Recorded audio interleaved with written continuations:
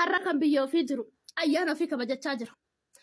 Kana haadhaaf abbaa bira jiru haadhaaf abbaa ofii wajjin obboleewwan ofii wajjiniin shirbittiin haa jedhanii daabboo akkasumas maan taane addaan cicciratanii bishaan burcuqqoo takkaatis maan taane dhuganii yaa rabbi galata kee jedhanii maatii ofii wajjin ayyaana kabajaa jiran. Irsaaf niitiin illee waanuma qabanii fikir waliin jejjedhanii wal dhungotanii walii uffanii irsaaf niitiin walii uffanii beelaanii walii uffanii fikirii walii kennanii ayyaana ofii kabajaa jiran jechuudha. Nuti kushiinuma arabaa kushiin daaruma arabaa tarrageeti daaruma arabaa daaruma fooqii jaariin agarre namaa ol taanee agarre uffata gaarii uffannee agarre caammaa gaarii uffannee agarre kiroo namaa gadi taanee akka sareetitti kushiinuma arabaa kushiinuma yoon baana kushiina arabaa kana keessa yaa rabbi nu ga'ee kushiina arabaa kana keessa nu baasi dhugaa keessattuu hiriyoonni kiyya jechuudha. Kan yoo bira dawwaltanii natti qaajjatan mala bakki isanii dawwaltanii to baga geessinaan hin jedhe namni takka dawwalee namni baga geessinaan jedhe hin jiru. Ani akkanaa gizee keessanii saroota wayii maa dawwaltanii baga geessinaan hin jedhe.